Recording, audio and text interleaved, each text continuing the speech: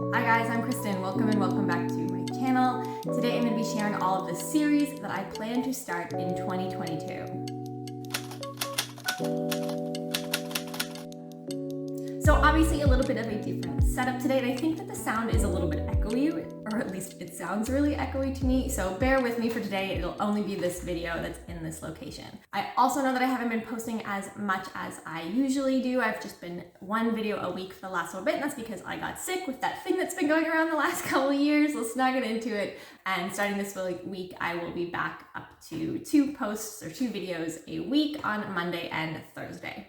So today I'm going to be telling you about all of the fantasy series that I plan to start in 2022. So this doesn't mean that I think that I'm going to read every book in all of these series that I mentioned today, but they're ones that I think I want to at least give the first book a try next year. I think this is the first video that I'm filming where I'm talking about 2022, and that sounds crazy. Like, it doesn't quite roll off the tongue just yet.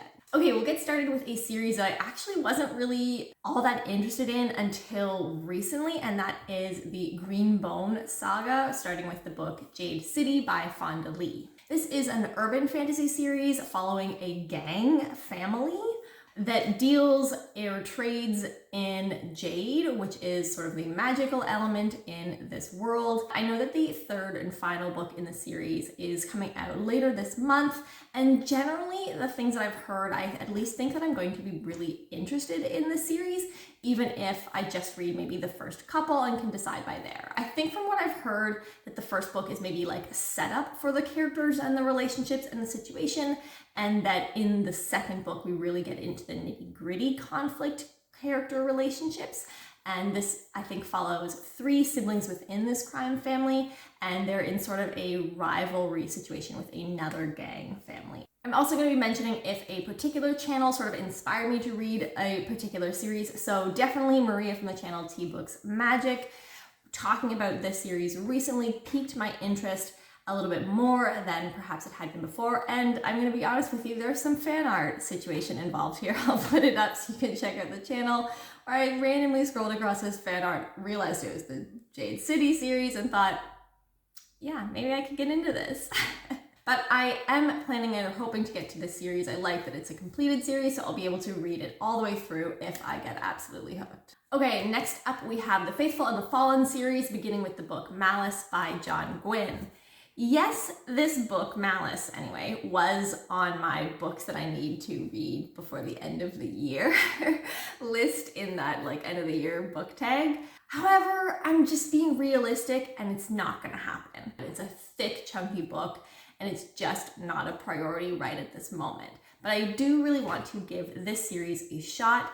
I had been planning on reading it before. I think this is a like destruction of the world prophecy based book. And there was a bunch of people on BookTube who have been reading this whole series this past year. And I know everyone was really, really satisfied with the conclusion to the series. And that's always a really big draw.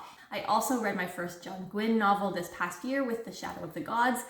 And while it was slow to start for me, I loved it. And I thought that his world building was so fabulous, and that's not something that I usually gravitate to. So I am really interested in at least giving Malice and perhaps the second book a shot. Okay, next up we have a series or like a universe that I have been talking about a lot this past year, and so that I was going to get back into it. And I have already, starting with the Live Ship Trader series, but this is the Realm of the Elderlings by Robin Hobb, of course, that I'm talking about. Now this is like a universe that has several different series built within it. I have actually read 3 of the 5 series within this universe before, but I didn't know about the other 2 at the time. And so now I kind of want to go back and read it all through chronologically so that I can get a full picture of the story. So the series that I still have to complete within this universe after finishing the Live Ship Traders, hopefully within the next week or so, will be the Farseer trilogy, the Tawny Man trilogy, the Rain Wild Chronicles, and the Fitz and the Fool trilogy. Overall, I think this is 13 books. And so even if I read 1 a month next year, I wouldn't finish the Realm of the Elderlings by the end of next year. So it's not exactly my goal. I don't necessarily think that I will get to each of the series within this universe next year, but I'd really like to make like a significant push through it. And I know that the Fitz ones in particular, so the Farseer, Tawny Man, and Fitz and the Fool, emotionally wrecked me. Those are the 3 that I have read before, and so I anticipate that I might not necessarily want to do one a month next year. Okay, next up we have the Memoirs of Lady Trent, beginning with the first book, A Natural History of Dragons by Marie Brennan.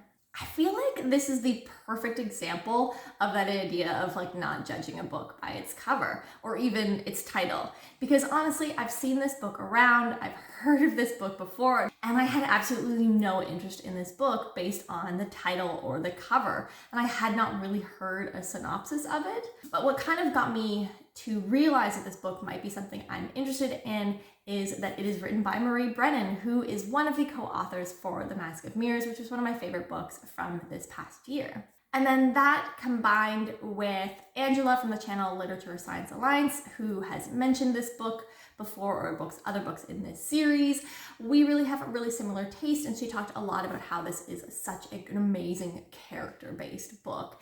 From what I know of this series, it follows Isabella, or Lady Trent, who is a famous world-renowned dragon naturalist, but I'm pretty sure that the story is actually her like memoirs and written before she was famous, and it kind of chronicles her story of being a woman in a primarily male-dominated field. And just from what Angela was talking about, like the character elements, how amazing Lady Trent is, I think that I'm really going to enjoy this. The character dynamics and relationships was one of my favorite things about The Mask of Mirrors. So I'm not sure what the breakdown in terms of writing, obviously between the 2 authors for that book was, but I'm interested to see what Marie Brennan is able to do on her own. Next up, we have the God King Chronicles, beginning with the book The Black Coast by the author Mike Brooks. This is a series that I heard about from Maria from the channel Tea Books Magic, and Maria and I think, have really similar tastes in books, and she has been really loving this series so far, and so I really would like to give it a go. From what I know, there are 2 cultures within this world, or at least that we're particularly following, who have historically always been sort of at war or raiding each other. And instead what happens at the beginning of this book is that the one culture shows up and they're actually looking for refuge from something that they are trying to get away from. So I think the series follows these 2 cultures who have historically hated each other and been at war for many, I don't know, centuries or years, who now have to come together and sort of mingle into one space and place. I think from what she has said, it is a little bit more of a slower series, but I'm always really okay with that, especially if it really dives into like characters and people and humanity.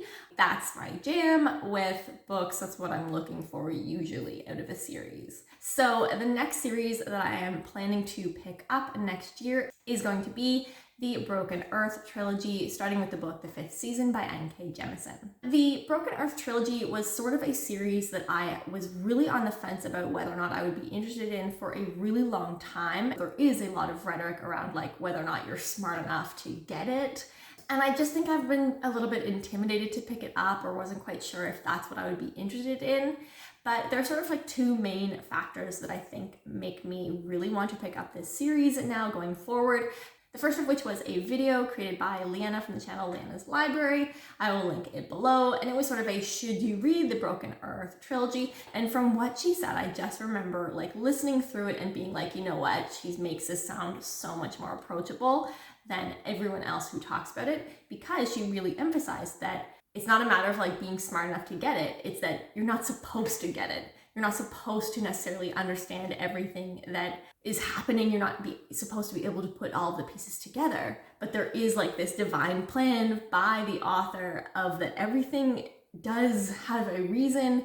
And I don't know, that just kind of has been really exciting me lately. And I feel like the second thing that I mentioned sort of that made me want to get into this is that I've been really enjoying the kind of confusing or complicated elements of the A Chorus of Dragons series by Jen Leons. So I like, or at least I have been enjoying, the more complicated, confusing, very different things that I have been reading lately. And it sounds like, from what Leanna said in her video, that is something that I'm going to really enjoy. I think that this is a world where every so often, like every few hundred years or something like that, there is a 5th season where there are a lot of natural disasters. I think, don't quote me on this, feel free to correct me if I'm wrong down below, but I think that's the gist. And because it happens so infrequently, the world or the people within this world don't always know how to deal with it. And I think that is what this book is about, or this series is about. Next up, we have the Dark Water Legacy, beginning with the book The Ember Blade, written by Chris Wooding.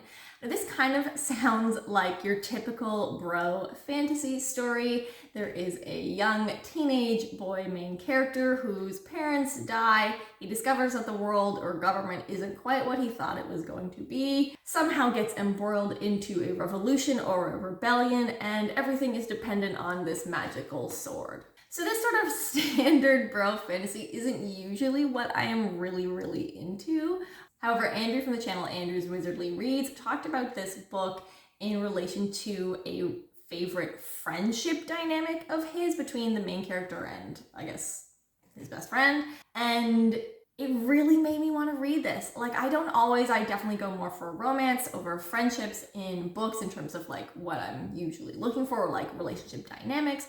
But a really well written friendship is so awesome to read about, especially in the case that Andrew mentioned, where it's not necessarily just a given. We're not being told that they have this great friendship. We're being shown it throughout the book and the series. So this is a series that I think I will at least give give the first book a shot and see how it goes.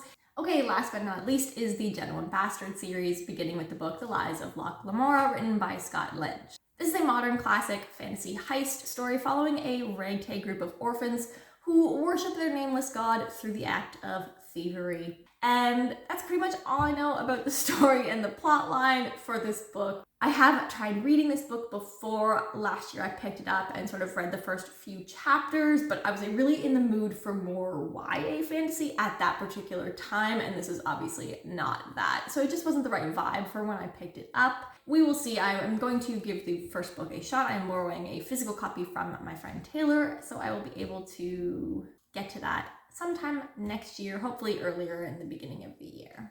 Okay, well, those are all of the series that I know for sure that I would like to at least start next year, if not read in their entirety. If you are another small booktuber like myself and you would like to also read any of these series and maybe do like a buddy read or a read along, let me know down below. I would love to set something up in that regards. Otherwise, let me know if there is a series that you are already planning to read or have had on the back burner for a while and would like to really get to in 2022. Oh my god, 2022, guys, it sounds so wrong.